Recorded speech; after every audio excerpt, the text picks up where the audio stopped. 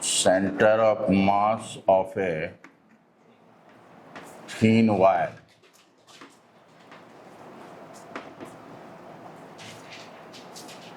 of radius r.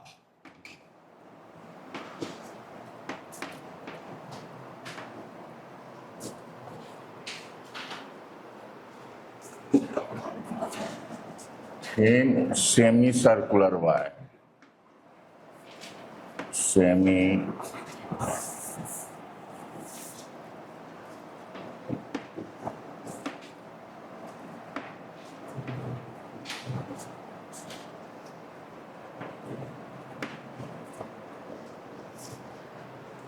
Center of mass of a thin semicircular wire of radius r.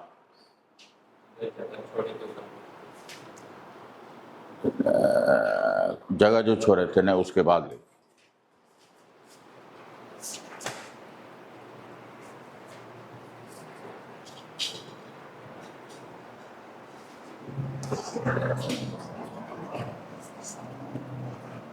ये semi circular wire है,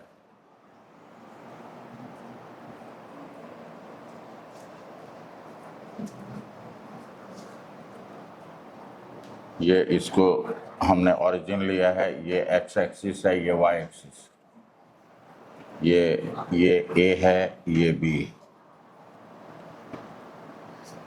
इसका radius are है, मास मान लो M है।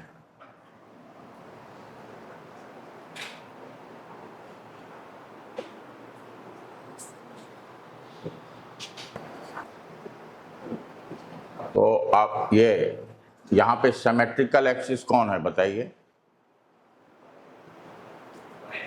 Y axis. यहाँ पे अगर मिरर रखेंगे तो इसका कंप्लीट इमेज इधर मिलेगा। तो आप जानते हो सेंटर ऑफ मास कहाँ लाइज करता है? सिमेट्रिकल एक्सिस पे। तो मान लो सेंटर ऑफ मास कहीं लाइज करता है यहाँ पे, तो एक्सीएम तो 0 होगा, ये तो बात आपको पता चल गया। हाँ, और वाई सी एम हमको निकालना है। तो वाई सी एम का फॉर्मूला हमारा ये क्या होगा? 1/m dm into x. m इसलिए लिखे हैं जो यूनिफॉर्म है, अगर नहीं तब तो dm का इंटीग्रेशन लिखना होता है। सॉरी, यहाँ y होगा। ये मेरा फॉर्मूला है कंटिन्यूअस सिस्टम के लिए।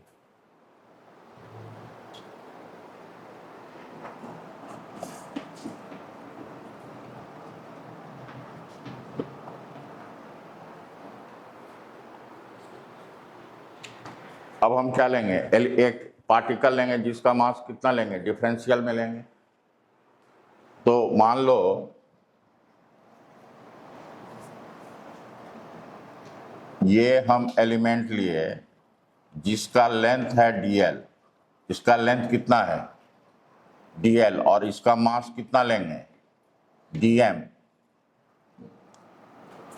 ये मान लो थीटा है, तो ये dl जो है सेंटर पे कितना एंगल बनाएगा? d theta. dm equal to क्या होगा? Lambda into dl। Lambda equal to क्या होता है? dm/dl। तो dm इक्वल टू कितना हो जाएगा? हाँ, और यूनिफॉर्म है तो लैम्डा को क्या लिखेंगे? मास पर यूनिट लेंथ। तो लेंथ कितना होगा? पाई आर। नहीं, वो बाद में वैल्यू देखेंगे।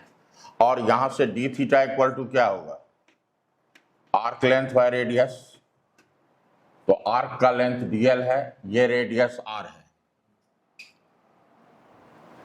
तो dl इक्वल टू कितना हो गया? r d theta. तो dm इक्वल टू क्या होगा? Lambda into dl। तो dl की जगह क्या लिखेंगे? r d थीटा लिखेंगे। ये हो गया dm। बाद में लैम्डा की जगह पे ये वैल्यू पुट कर देंगे। अब देखो इसका y कोऑर्डिनेट, इस पार्टिकल का y का वैल्यू कितना होगा?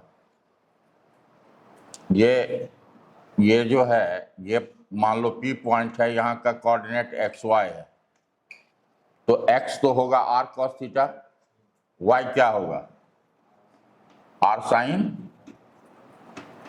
sin थीटा होगा कि नहीं? होगा कि नहीं? हाँ बोलिए, मुंडी मत हिलाइए, बोलिए। भगवान दिया है, मुंह दिया है बोलने के लिए, मुंडी हिलाने नहीं।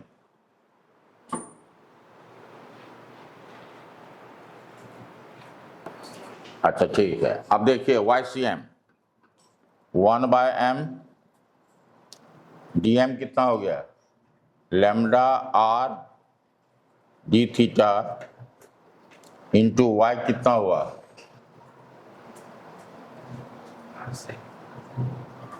y हो गया r sin theta.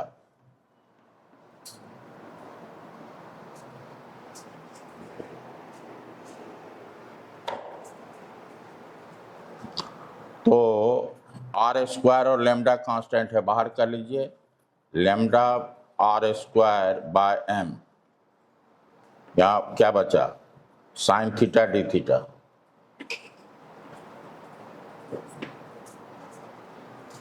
Sine theta D theta.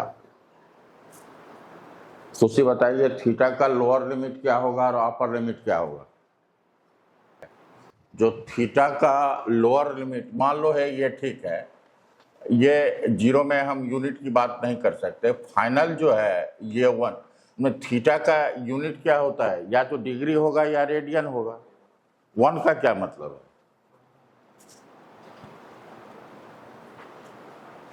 ये लोग लिमिट को कुछ समझ ही नहीं रहा है। जो लोग, हम एलिमेंट को कहाँ चूज कर सकते हैं, या तो ए पे चूज कर सकते हैं या इधर आकर के यहाँ बी पे चूज कर सकते हैं। अगर ए पे हम एलिमेंट लेंगे तो थीटा का वैल्यू क्या होगा? अगर इस लाइन को ए पे, पी पॉइंट को ए पे ला देंगे तो थीटा का वैल्यू क्या हो जाएगा? 0। और इस पी को हम अगर यहां पे ले आए तब कितना होगा? तब ये एंगल हो जाएगा, तो थीटा इक्वल टू क्या हो जाएगा? तो 0 1 0 1।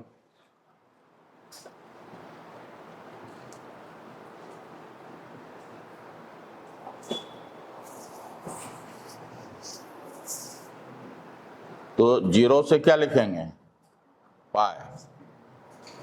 यहां लेंगे तो 0 होगा, ए का पॉइंट का कोऑर्डिनेट होगा 0 और बी का कितना होगा? थीटा इक्वल टू पाई।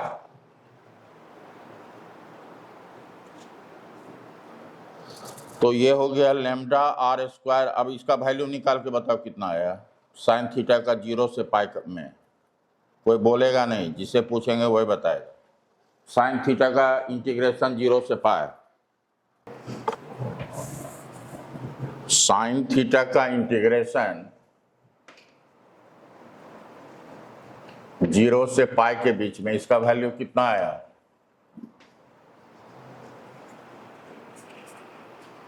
कितना आया? माइनस। अच्छा,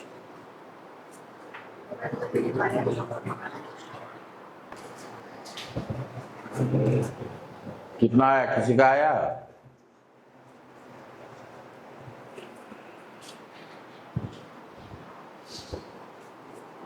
साइन थीटा का इंटीग्रेशन, साइन थीटा का इंटीग्रेशन हुआ माइनस कॉस थीटा, तो माइनस को हमने बाहर कर लिया, ये हो गया 0 से पाई, ये माइनस हो गया, ये हो गया cos pi minus 0, cos pi हुआ -1 और कॉस 0 हुआ 1,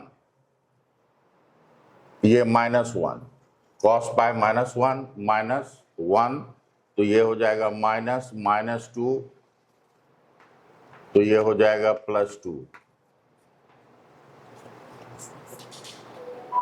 समझिए हमारे बच्चे साइन थीटा डी थीटा का इंटीग्रेशन 0 से पाई में,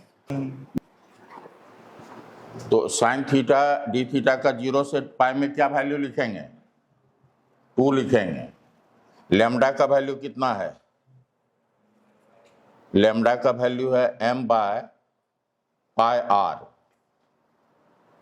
ये है 1 बाय m और ये है r स्क्वायर बाय 2।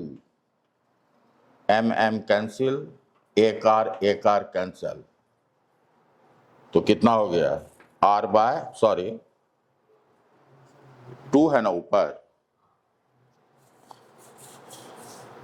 लेमडा हो गया इतना 1 बाय m, 1 बाय m, ये हो गया 2r स्क्वायर, तो r कैंसल, तो कितना हो गया 2r बाय पाई।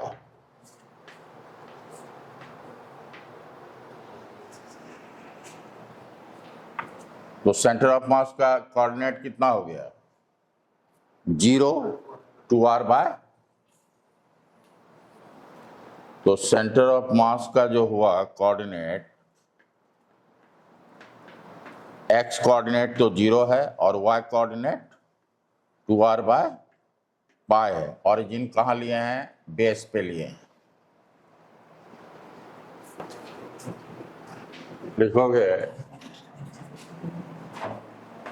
जहां पे पेज छुड़वाए थे आपको वहां लिखिएगा स्टैंडर्ड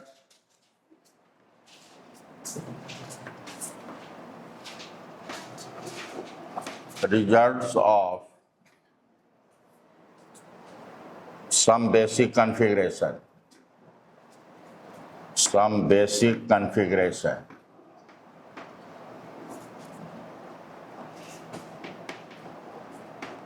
पहला, ये ऑलरेडी लिखा चुके हैं लेकिन फिर भी यहाँ पे आप लिख लो,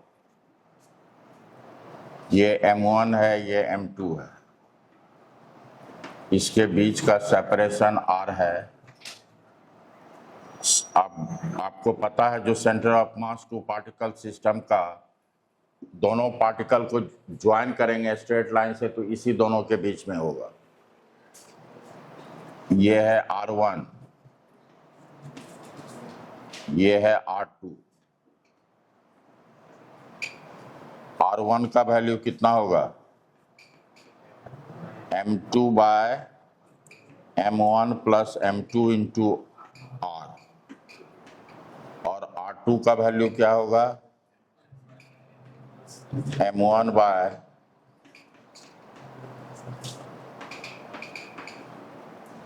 ये फर्स्ट हो गया, सेकंड में है ये ट्रायंगुलर प्लेट है,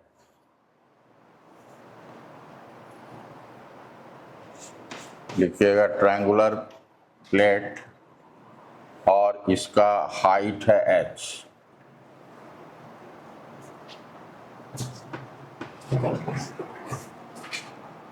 ये भी थीटा है, ये भी थीटा है, मतलब आइसोसेलेस ट्रायंगल है।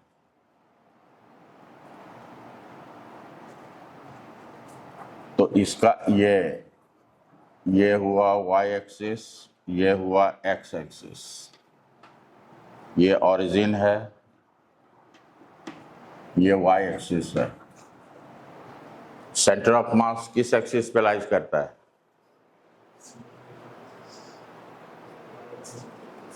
वॉल्यूम कम, इतना वॉल्यूम कम करके काहे बोलती हो, सिमेट्रिकल एक्सिस, इतना तक तो बोलो जो हम तक आवाज पहुंचे।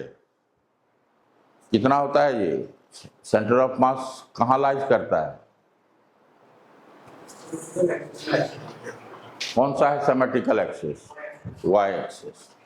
तो सेंटर ऑफ मास जो है यहीं पे लाइज करेगा, यहाँ पे है मान लो सेंटर ऑफ मास, तो ये है यहाँ से ये x तो 0 होगा, y cm होगा, तो x cm 0 है और y cm जो होगा ये h/3, इसका जितना हाइट है उसका 1/3।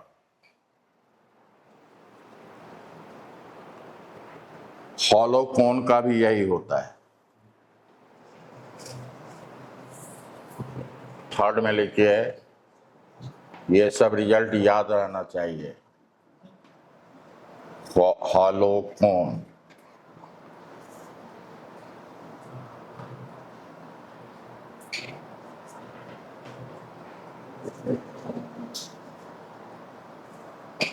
ये x है, ये y है, ये ओरिजिन है।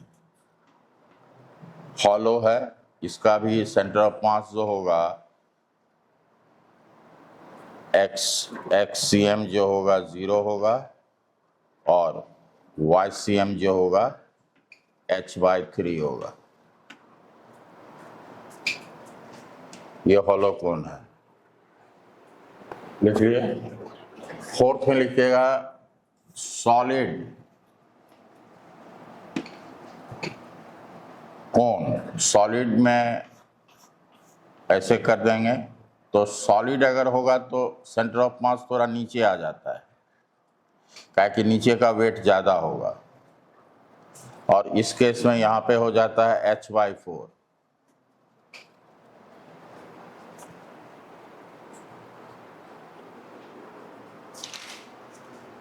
हाँ, ये जो है ये क्या कहलाता है, ये वर्टेक्स कहलाता है। जेई में डायरेक्ट सीधा पूछा था, जेई में सीधा पूछा था जो what is the height of centre of mass from vertex. हाँ, तो h माइनस h/4, तो 3h/4। तो ये ध्यान रखिए जो वो कहाँ से पूछ रहा है, बेस से पूछ रहा है या वर्टेक्स से पूछ रहा है। तो ये बेस से है h/4 पे।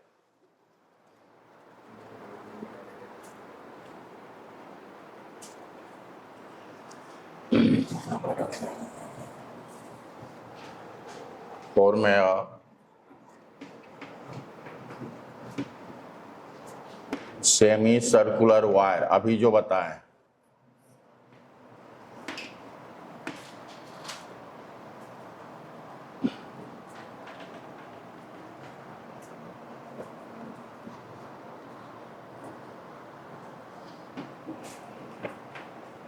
सिमेट्रिकल एक्सिस पे होगा।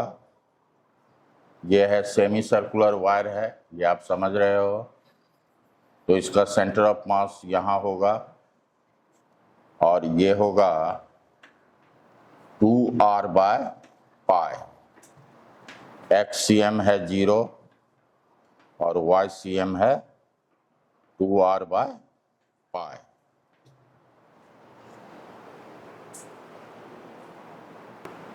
यहीं पे लिखेंगे फिफ्थ में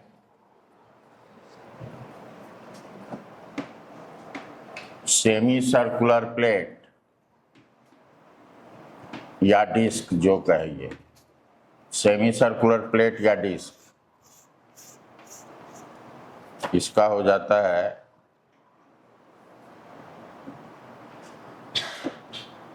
ये हो जाता है 4r/3π।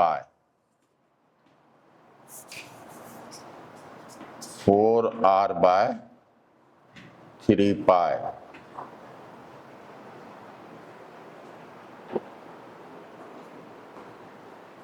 वर्क एनर्जी में इस सब की भी आवश्यकता पड़ती है पोटेंशियल एनर्जी लिखने में। 4r/3π।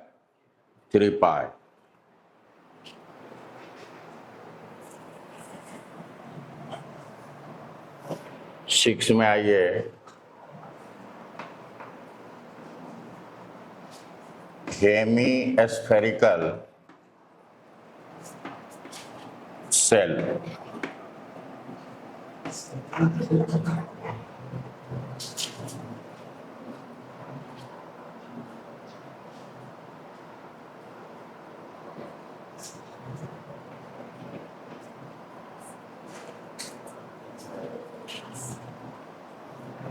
ये x है, ये y है, ये सेंटर है।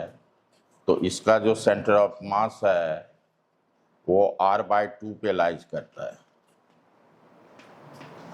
xcm 0 सिमेट्रिकल एक्सिस पे लाइज करेगा, ycm r/2।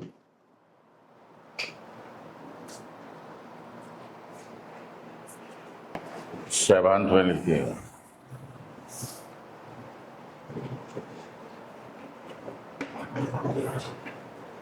a solid hemisphere, a solid hemisphere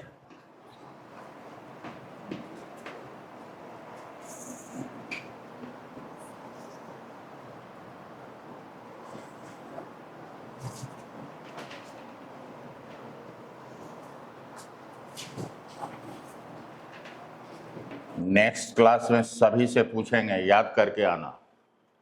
समझ में आई?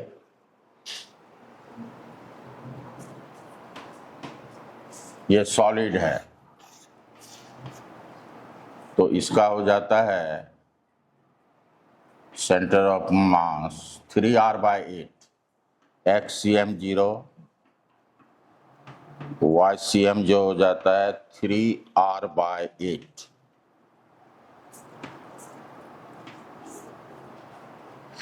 मतलब हाफ से भी कम, मतलब r/2 से भी कम हो जाएगा, लेस देन r/2। समझ रहे हैं ना? तो अभी आगे आओ थोड़ा सा।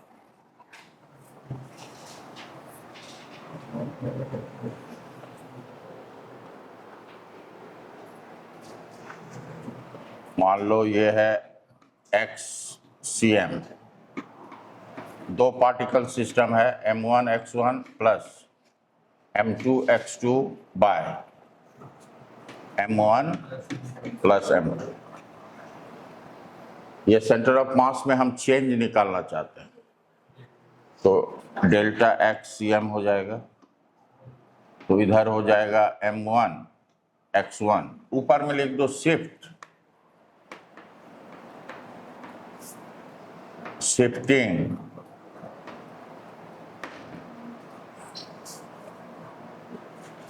in the position of shifting of the position of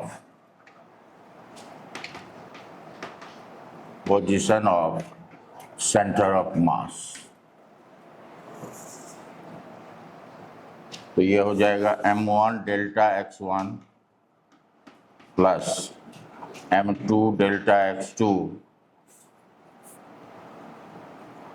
bye M1 plus M2।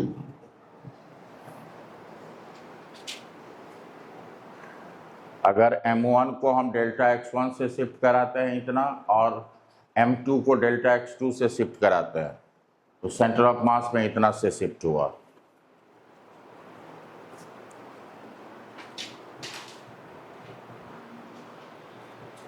अब जरा नोट में देखिए,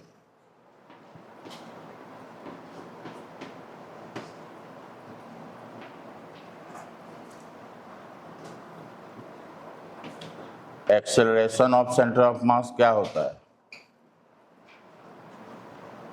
अगर x कंपोनेंट लिखते हैं, सेंटर ऑफ मास का x कंपोनेंट, तो एक्सटर्नल फोर्स का x कंपोनेंट डिवाइडेड बाय, अगर एक्सटर्नल फोर्स एक्ट नहीं करता है तो centre of mass, acceleration of centre of mass क्या होगा? 0। लिख दीजिए इफ, ब्रैकेट में लिखिए, if no external force acts along x axis, if no external force acts along x axis, if no external force acts along x axis, then acceleration of center of mass along x axis is equal to 0. Then acceleration of center of mass along x axis is equals to 0. Acceleration 0 होगा तो velocity of centre of mass क्या होगा? Acceleration होता है, acceleration कैसे निकालते हो? Centre of velocity को डिफरेंशिएट कर दोगे, हैं? नहीं, एक्सेलरेशन को क्या लिखोगे? dv/dt। एक्सेलरेशन 0 है तो dv/dt 0 होगा। इसका मतलब velocity of centre of mass क्या होगा? एक्स एक्सिस के अलोंग कांस्टेंट होगा।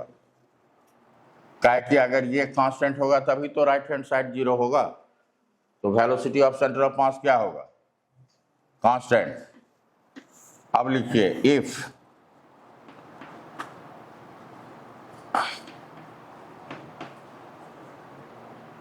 ब्रैकेट में लिखिए, if the system is initially at rest, if the center of mass initially at rest, अगर सिस्टम इनिशियली एट रेस्ट है तो वो रेस्ट में ही रहेगा। इसका मतलब क्या हुआ, अगर सिस्टम इनिशियली रेस्ट में है और उस पर एक्सटर्नल फोर्स नहीं लग रहा है तो वो क्या रहेगा, रेस्ट में रहेगा। यहाँ पे if the system is initially at rest, if the system is initially at rest,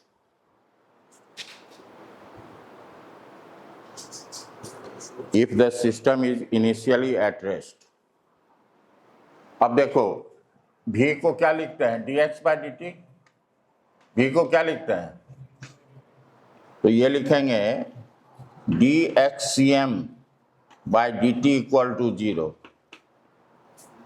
इसका मतलब क्या हुआ, xcm क्या होगा, कांस्टेंट होगा, तभी ना 0 होगा ये, तो x एंड cm क्या होगा, कांस्टेंट होगा। अब कांस्टेंट का चेंज क्या होता है, कांस्टेंट का चेंज, तो ये जो आप रिजल्ट देख रहे हो, अब इसको एक एग्जांपल से समझा रहे हैं। मान लो देखो, ये जो है एक प्लैंक है, ये एक्स एक्सिस है, ये स्मूथ है, मतलब प्लैंक और सरफेस के बीच में फ्रिक्शन नहीं है, और यहां पे एक आदमी है, ये आदमी यहां से यहां मूव करता है। तो एक चीज समझो, ये इसका सेंटर ऑफ मास यहां है और इसका तो सेंटर ऑफ मास यहां होगा, तो दोनों का सेंटर ऑफ मास जो है मतलब इधर यहां पे होगा, इस दोनों का नहीं, प्रेजेंट में ये सेंटर ऑफ मास का पोजीशन है। ये अगर इधर मूव करेगा, ये अगर यहां से यहां आएगा तो प्लैंक भी मूव करेगा, किधर, पीछे मूव करेगा। तो ये है, ये इनिशियली सेंटर ऑफ मास का पोजीशन है। अब देखो,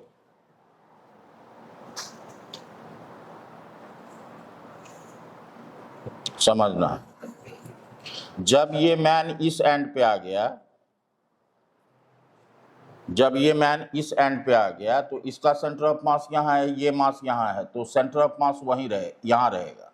मतलब ये जो सेंटर ऑफ मास का पोजीशन है वो चेंज क्यों नहीं चेंज हुआ, ये बताओ। जो भी फोर्स लग रहा है, ये देखो यहाँ पे नीचे में वेट लगेगा m plus m g, normal ये लगा, तो एक्स एक्सिस के अलोंग क्या है फोर्स, 0 है। एक्सटर्नल फोर्स का एक्स कंपोनेंट क्या है, और सिस्टम इनिशियली क्या था, and system is initially at rest.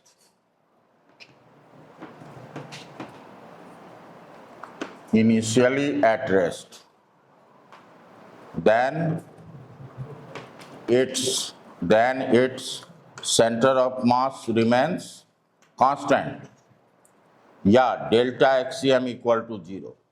Constant होगा तभी ना ये 0 होगा। तो देखो, मैन भी मूव किया, प्लैंक भी मूव किया, लेकिन दोनों का सेंटर ऑफ मास क्या हुआ, सेंटर ऑफ मास वहीं का वहीं है। समझ में आई बात? हाँ, अरे भाई ये इसका मिडिल में है, और तो ये इसका अगर मास कैपिटल एम है तो कैपिटल एम यहाँ होगा, और ये स्मॉल एम है तो ये होगा। तो दो पार्टिकल सिस्टम का सेंटर ऑफ मास इसके मिडिल में होगा ना कहीं, सॉरी, ये तो इसका सेंटर था ना, ये है सेंटर ऑफ मास।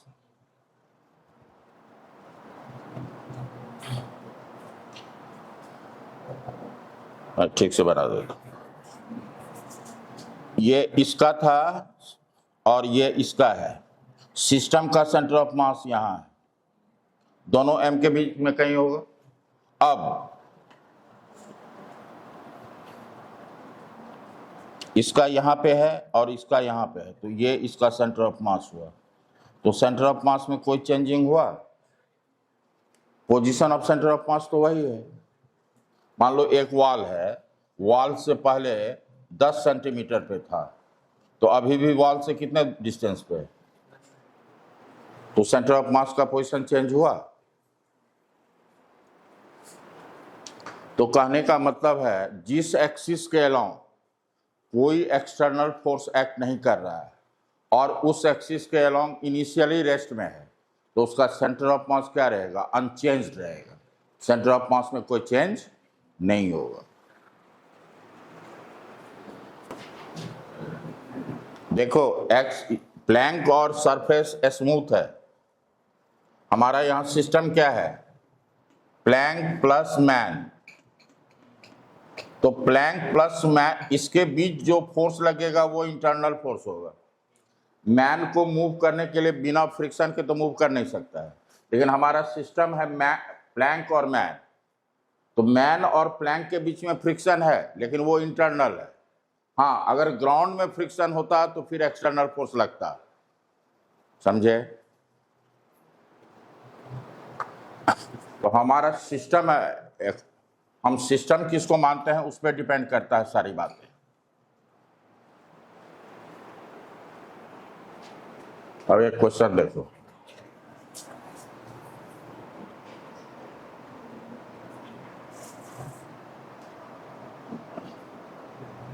एक ब्लॉक ये है, एक ब्लॉक ये है।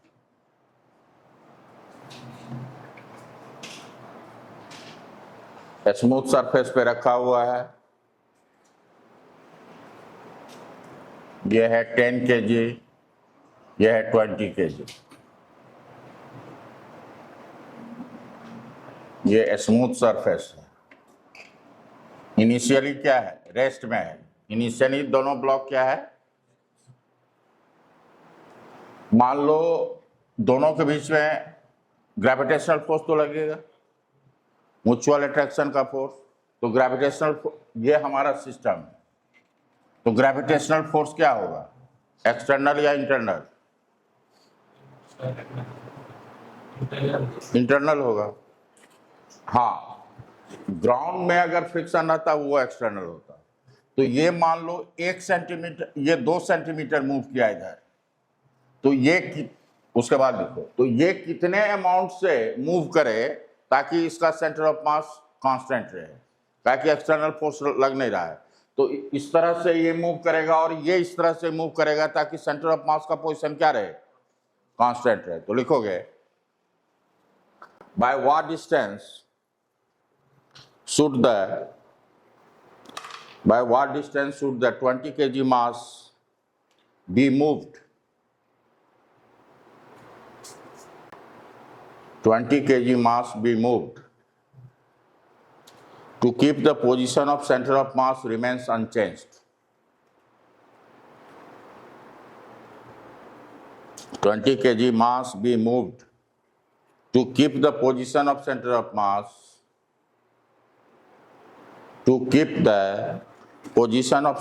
mass remains unchanged. तो सेंटर ऑफ मास देखो अगर कांस्टेंट रहेगा, कांस्टेंट है एक्सटर्नल, तो ये डेल्टा एक्सियम क्या होगा? डेल्टा एक्सियम का वैल्यू कितना होगा बताओ? 0 होगा। तो ये हो जाएगा, ये 0 हो जाएगा और m1 प्लस m2 इंटू 0, तो ये क्या हो जाएगा? 0 हो जाएगा।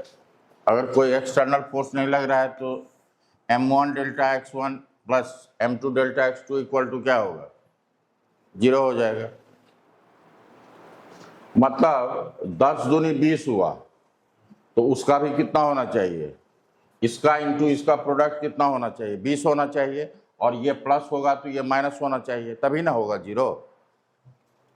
तो इसको देखो यहाँ पे m1, ये x एक्सिस है मान लो, राइट के लिए इधर मूव करेगा तो प्लस लेंगे, ये 10 प्लस 2 प्लस है। हाँ ठीक है, रुको अभी रुक जाओ, टिक के रहो। Delta x2 equal to 0। ये राइट मूव किया तो +2 दिए, इसके बारे में हमको पता नहीं, 4/3 ला रहा है। तो डेल्टा x2 इक्वल टू कितना हो जाएगा, -10 × 2/20, तो ये हो जाएगा -1 सेंटीमीटर। मतलब इसको 1 सेंटीमीटर बढ़ाना होगा। तो ये देखो 10 दूनी 20 हुआ, ये 20 × 1 हुआ, ये प्लस होगा, ये माइनस होगा, ये 20 प्लस, ये 20 माइनस, तब जाकर के लेफ्ट हैंड साइड -4/3।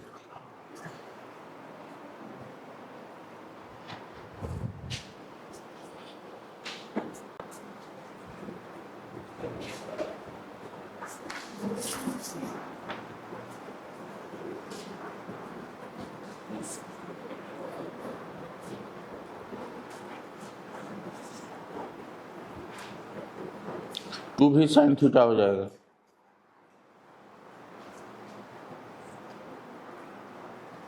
टू भी साइन थीटा होगा। ला, इधर कितना होगा, ये अगर थीटा है तो ये होगा थीटा, इधर कितना होगा v cos थीटा, ओहो सॉरी, ये होगा v साइन, तो ये हो जाएगा 2v cos थीटा, तो 2v cos 60, तो v होगा m ना, mv होगा। हाँ, तो चेंज इन मोमेंटम करोगे ना। अच्छा, हाँ, ये इधर mv cos थीटा, इधर mv cos थीटा, दोनों ऐड हो जाएगा ना अपोजिट डायरेक्शन में। एक बार कैसे करोगे, चेंज इन मोमेंटम लोगे ना, इंपल्स इक्वल टू, ये क्लास में बताया हुआ है।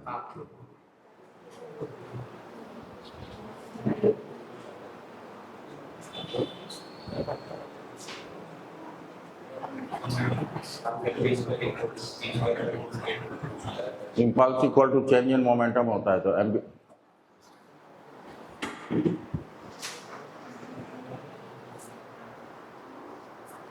अब देखो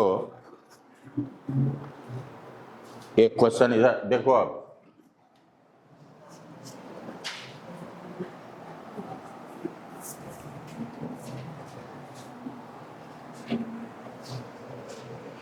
ये एक डिस्क है, ये एक डिस्क है, इसका सेंटर ये है, इसका मास है m, रेडियस है r।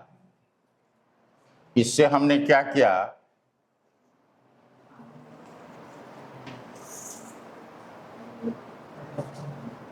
इतने पोर्शन को कट करके हटा दिया,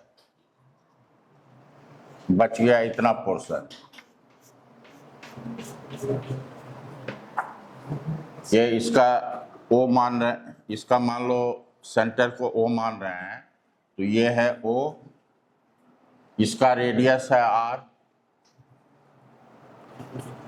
ये यहाँ से यहाँ R है, तो जितना पोर्शन को कट किया है उसका सेंटर ये है, और जितना पोर्शन कट हुआ है उसका रेडियस कितना है, R/2।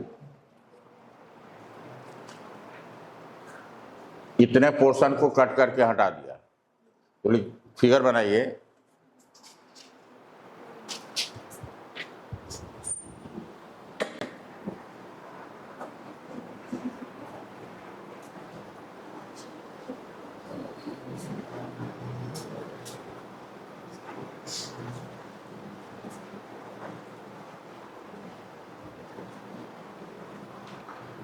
find the center of mass of the remaining portion. Find the center of mass of the remaining portion.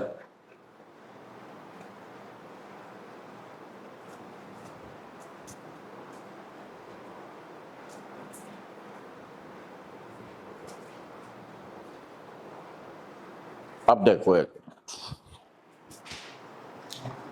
अभी मान लो अभी हम ये समझ रहे हैं ये पोर्शन मौजूद है, तो उसका सेंटर ऑफ मास कहाँ होगा, सेंटर पे होगा। अगर हम कट नहीं करेंगे तो कहाँ होगा सेंटर ऑफ मास, इसके सेंटर पे होगा। जिस जिस पोर्शन को कट किए हैं, अगर नहीं कट करते तो इतना पोर्शन का सेंटर ऑफ मास कहाँ रहता है? इसके सेंटर पे। तो इसका ये r/2, हाँ, यहां से यहां r है ना, ठीक है, तो ये हो गया r/2 0। तो अगर हम जितना पोर्शन को कट करके बाहर कर रहे हैं, इसका मास को m मानते हैं, है ना, तो ये कैपिटल M कितना होगा? सो देखो, मास पर यूनिट एरिया का इतना मास, तो इतना एरिया का मास कितना होगा? पाई r स्क्वायर।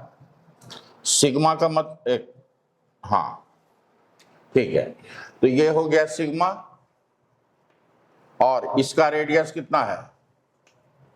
r/2 का होल स्क्वायर, तो ये हो गया सिग्मा r²/4। तो सिग्मा पाई तो सिग्मा पाई r² का मतलब कितना हो गया? कैपिटल M ना। तो जितने पार्ट को आपने निकाला है उसका मास कितना था?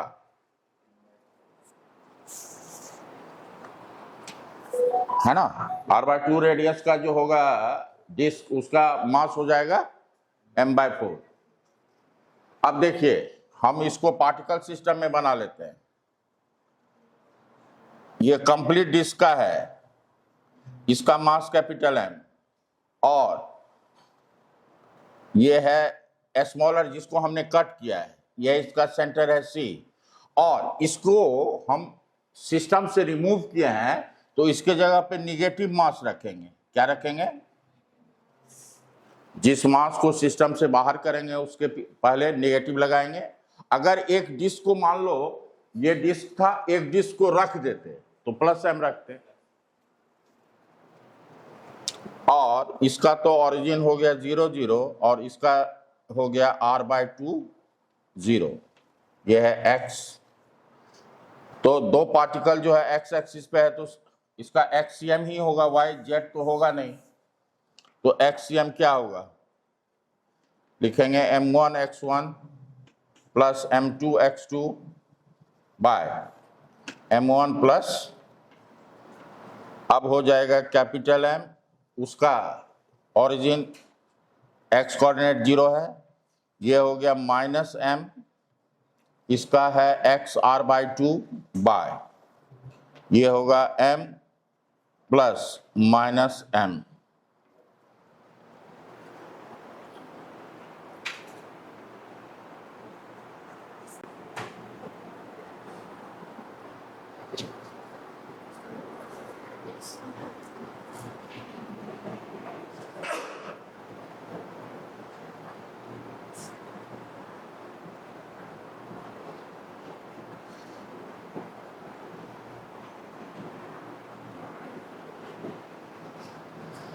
अब देखो, ये तो 0 हो गया, xcm क्या लिखेंगे? माइनस m के जगह पे m/4 लिखेंगे, ये हो गया r/2 bye m minus m/4, है ना, तो कितना हो जाएगा? -m/4 r/2 बाय 3m/4, तो m/4 कैंसिल कर दो, तो -r/3।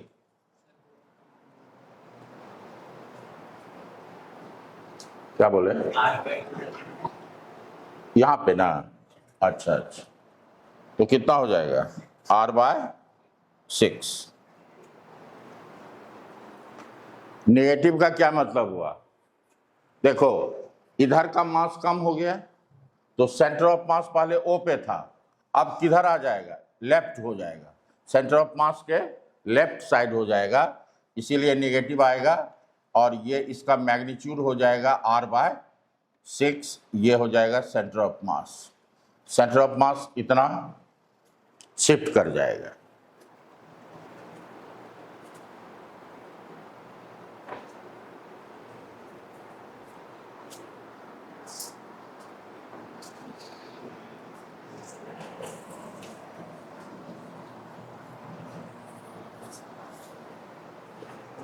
आपके एसेलेरोरा में एक क्वेश्चन दिया हुआ है, मैं होमवर्क देता हूं आपको। एक स्क्वायर है,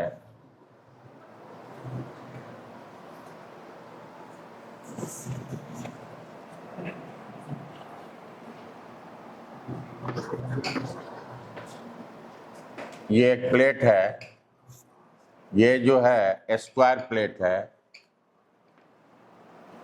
स्क्वायर प्लेट। इतने पोर्शन को हमने कट करके बाहर कर दिया।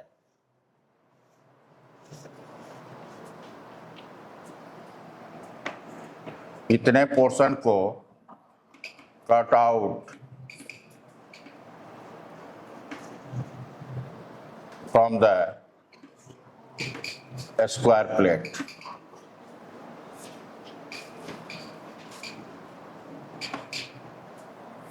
मान लो ओरिजिन ये है, ए को हमने ओरिजिन माना है,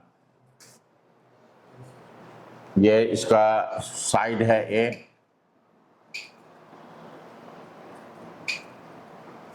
स्क्वायर प्लेट है, ये आपके एसेलेरोरा में दिया हुआ है। लिखेंगे find the centre of mass of the remaining portion.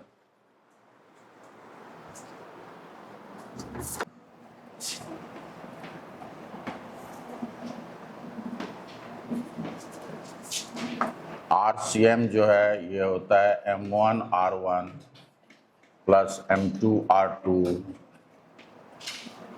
Plus MN RN bye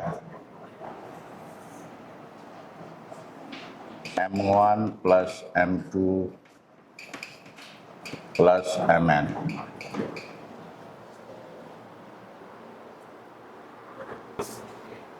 तो पोजीशन को टाइम के रिस्पेक्ट में डिफरेंशिएट करेंगे, तो लिखेंगे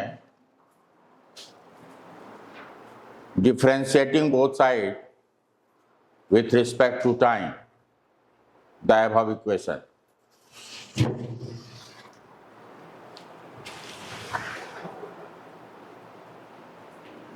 Differentiating both sides with respect to time, the above equation.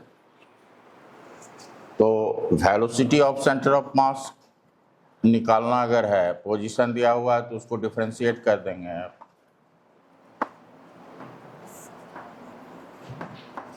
तो ये M1 तो कांस्टेंट है, तो यहाँ क्या होगा dr1 बाई डी टी, तो dr1 बाई डी टी क्या हो जाएगा v1, यहाँ होगा dr2 बाई डी टी मतलब v2, M1 v1 M2 v2 plus Mn vn bye, नीचे तो कांस्टेंट है M1 M2 प्लस Mn। ये हो गया, ये पोजीशन का हुआ इक्वेशन, ये वेलोसिटी का हुआ। अगेन एक्सेलरेशन अगर निकालना है तो क्या करेंगे, वेलोसिटी को डिफरेंशिएट कर देंगे टाइम के रिस्पेक्ट में, ये होगा dvcm by D T.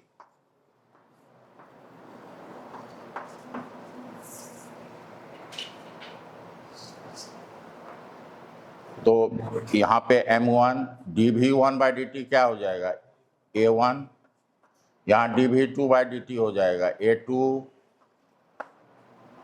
Plus ये हो जाएगा Mn an बाय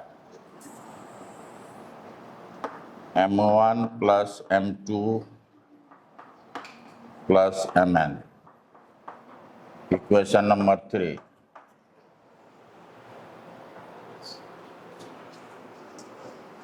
इसको अगर हम लिखना चाहें फर्दर तो लिख सकते हैं F1, ये है F2, ये सब जो है एक्सटर्नल फोर्स है,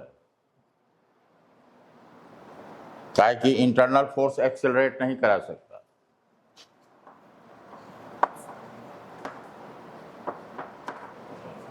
प्लस Fn डिवाइडेड बाय, नीचे में टोटल मास हो गया तो ये हो गया आपका टोटल एक्सटर्नल फोर्स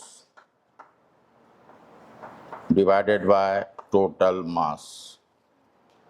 तो आपको पता होगा सबसे पहला इक्वेशन जो हम लोग लिखा है यही इक्वेशन लिखा था, centre of mass total external force divided by total mass of the system. इसको इक्वेशन 4 कहते हैं।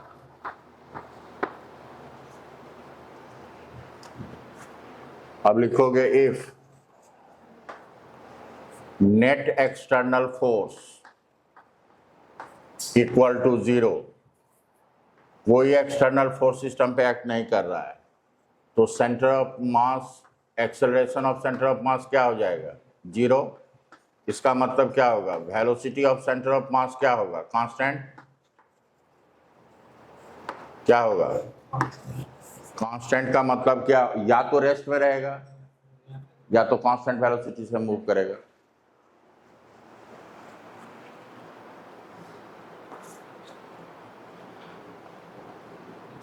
तो लिखेंगे, नोट में लिखिए,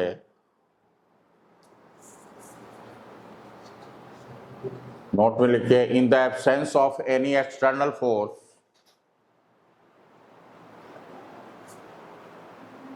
पहले लिख लीजिए आप लोग, लिख लीजिए। हाँ तो लिखो, in the absence of any external force,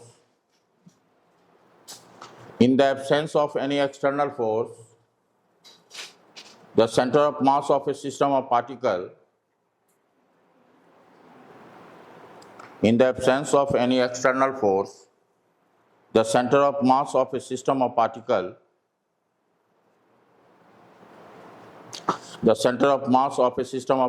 is either at rest or moves with constant velocity। या तो रेस्ट में रहेगा, कांस्टेंट वेलोसिटी का मतलब क्या होता है? या तो रेस्ट में रहेगा, एट रेस्ट मतलब वेलोसिटी 0 भी कांस्टेंट ही है, 0 भी क्या है? और मूव्स विथ कांस्टेंट वेलोसिटी।